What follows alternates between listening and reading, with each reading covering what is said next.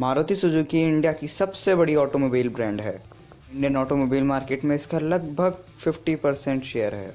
लेकिन फिर भी आप इस वीडियो में बताई जाने वाली कंपनी से जुड़ी हुई ये 10 बातें नहीं जानते होंगे। वैसे तो शायद ही आप में से कोई इस बात को नहीं जानता हो कि मारुति सुजुकी एक कंपनी नहीं है। मारुति एक इंडियन ब्रांड है और सुजुकी एक जापानीज़। मारुति जो कि एक भगवान हनुमान जी का ही दूसरा नाम है। मारुति जो कि भगवान हनुमान जी का ही दूसरा नाम है। इसी नाम से इस कंपनी को भारतीय सरकार द्वारा बनाया गया था 24 फरवरी 1981 को 1981 को, ताकि जापानीज सुजुकी कंपनी से टाई अप किया जा सके। और अगले साल मतलब कि 1982 में टाई अप कर भी लिया था। तो यहाँ पर आपको मारुति उद्योग लिमिटेड के बारे में तो पता चल गया कि ये कंपनी बनी क्यों थी। अब मैं आपको सुजुकी के बारे में बताता हूँ।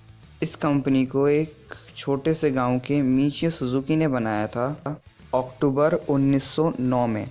मतलब कि ये कंपनी लगभग 110 साल से भी ज़्यादा पुरानी हो चुकी है। जब इस कंपनी को शुरू किया गया था तभी गाड़ियाँ बिल्कुल भी नहीं बनाती थी, ना ही उनके बारे में कुछ जानती थी। ये तो कपड़े बनाने की मशीन लूम बनाया करती थी। धीरे धीरे इस कंपनी का काम फैलता गया और लगभग 28 साल बाद लगभग 1937 में इस कंपनी ने एक छोटी गाड़ी बनाने का प्लान किया। 2 ही साल के अंदर इसने कुछ प्रोटोटाइप्स भी बना लिए। लेकिन जल्द ही वर्ल्ड वॉर सेकेंड हो गया और इस कंपनी का प्रोजेक्ट वहीं के वहीं बंद हो गया। लेकिन धीरे धीरे जापान में कपड़ों का धंधा भी मंदा हो गया, जिस वजह से सुजुकी वापस ही अपना बंद हुआ प्रोजेक्ट शुरू करती है और सबसे पहले एक 2 व्हीलर बनाती है जिसका नाम था पावर फ्री, जो कि एक असल में बाईसाइकिल थी। इसमें एक छोटी सी मोटर या फिर यूँ कहूँ इसमें एक छोटा सा इंजन 36 सीसी का फिट किया गया था, जो 2 स्ट्रोक इंजन था और सिर्फ 1 हॉर्स पावर की पावर जनरेट करता था। तो आप देख सकते हैं ये ना सिर्फ इंडिया की बल्कि पूरी दुनिया की इतनी बड़ी ऑटोमोबाइल कंपनी ने शुरुआत एक बाईसाइकिल से की थी। लेकिन इरादे कुछ और थे। उसके कुछ साल बाद ही 1956 में जापानीज गवर्नमेंट से मिलने वाली फाइनेंशियल सब्सिडी के आधार पर एक कार भी बनाई जिसका नाम रखा सुजुलाइट।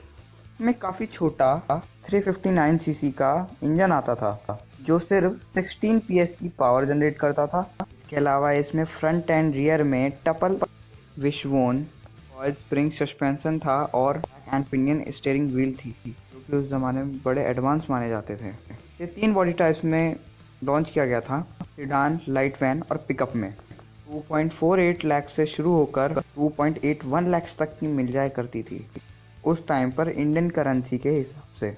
अगला पॉइंट काफ़ी मज़ेदार है, वॉक्सवैगन और सुजुकी की बिल्कुल नहीं बनती। क्या इसके पीछे का कारण आप लोगों को पता है?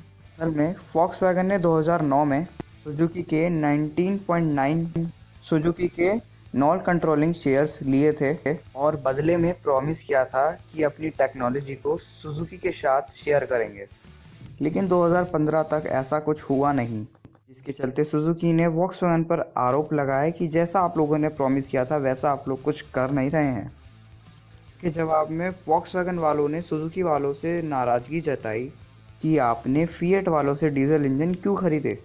दोनों कंपनीज की नोकझोंक इतनी ज़्यादा बढ़ गई कि इंटरनेशनल आर्बिट्रेशन कोर्ट में भी इस केस को पहुंचाया गया और वहां से ये फैसला आया कि वॉक्सवैगन अभी के अभी सुजुकी के सारे शेयर वापस कर देगी। तो चलिए अब वापस भारत में आते हैं। जैसा कि मैंने आप लोगों को बताया था कि 1982 में मारुति और सुजुकी की हाथ मिला लिया था। इसी साल इन्होंने गुरुग्राम में अपना एक मैन्युफैक्चरिंग प्लांट शुरू किया था और अगले ही साल 1983 में इन्होंने अपना पहला प्रोडक्ट मारुति 800 को लॉन्च किया। 800 सिर्फ कोई गाड़ी नहीं थी, लोगों का सपना था। इंडियन ऑटोमोबाइल कंपनी की ये सबसे ऐतिहासिक गाड़ी है और ऐसा मैं इसलिए बोल रहा हूँ क्योंकि लॉन्च होने के बाद से ये गाड़ी अब तक भी टॉप सेलिंग कार्स में आती है। कभी मारुति 800 के नाम से, कभी ऑल्टो 800 के नाम से। अगला पॉइंट है, भले ही इनकी शुरुआत एक प्लांट से क्यों ना हुई हो, पर मारुति के पास इस टाइम 3 प्लांट्स हैं। एक मानेसर में है, दूसरा गुरुग्राम में है और तीसरा गुजरात में। हालांकि तीसरा गुजरात वाला प्लांट सिर्फ सुजुकी का है। ये तीनों प्लांट मिलकर हर साल 20 लाख से भी ज़्यादा गाड़ियाँ बनाते हैं और जल्दी ही अप्रैल से मारुति 2.5 लाख की मैन्युफैक्चरिंग कैपेसिटी को और बढ़ाने वाला है। इसके बाद से हर साल ये कंपनी 22.5 लाख गाड़ियों को बनाया करेगी और बेचा करेगी। तो इतनी सारी गाड़ियों को बनाने के लिए कितना सारा सामान लगता होगा, कुछ अंदाज़ा मैं आप लोगों को देता हूँ। इन तीनों प्लांट्स में हर महीने 20,000 टन स्टील की खपत होती है, जिसमें से आधा हिस्सा साउथ कोरिया और जापान से आता है। 20,000 टन हर महीने के हिसाब से एक साल में 2.5 लाख टन की खपत होती है। इतनी सारी स्टील से 32 बार आईफिल टावर बनाया जा सकता है। रोजाना 5,000 गाड़ियों को पेंट करने के लिए लगभग 70,000 लीटर पेंट लग जाता है। सिर्फ गाड़ी के बम्परों को पेंट करने के लिए 65 रोबोट्स काम करते रहते हैं। यहाँ से आप अंदाज़ा लगा सकते हैं कि ये सब कितना बड़ा है। इन मैन्युफैक्चरिंग प्लांट्स में एक गाड़ी को बनाने के लिए वर्कर को 2,545 स्टेप से गुजरना पड़ता है। यही 2014 के पहले 3,077 स्टेप से पहले गुजरना पड़ता था। इन तीनों प्लांट्स में से रोजाना 4,000 ट्रक्स आते और जाते हैं। 4,000 ट्रक्स में से सिर्फ 3400 ट्रक्स तो सामान लाने ले जाने के लिए ही हैं। बाकी बचे 600 ट्रक्स सिर्फ गाड़ियाँ ले जाते हैं डीलरों के पास। तो आप यहीं से अंदाज़ा लगा सकते हैं कि यूं ही नहीं कोई इंडिया की सबसे बड़ी ऑटोमोबाइल कंपनी बन जाता है। यहाँ पर मैं आप लोगों को एक मज़ेदार बात बताता हूँ कि भले ही सुजुकी मारुति के साथ मिलकर इंडिया की सबसे बड़ी ऑटोमोबाइल कंपनी बन गई हो, पर अपने ही देश जापान में ये 3rd नंबर पर आती है। पहले पे टोयोटा है, दूसरे पे होंडा और तीसरे पे है सुजुकी। चलिए अगले पॉइंट पर आते हैं, जो कि आप पहले से ही जानते होंगे। ये कंपनी सिर्फ गाड़ियाँ सबसे ज़्यादा नहीं बनाती है, बल्कि पूरे इंडिया में इसके सबसे ज़्यादा सर्विस सेंटर और शोरूम्स भी हैं। पूरे भारत में इस कंपनी की छोटी छोटी जगह पे भी शोरूम्स मौजूद हैं। लगभग 4,000 शोरूम्स हैं और 3,792 सर्विस सेंटर्स हैं।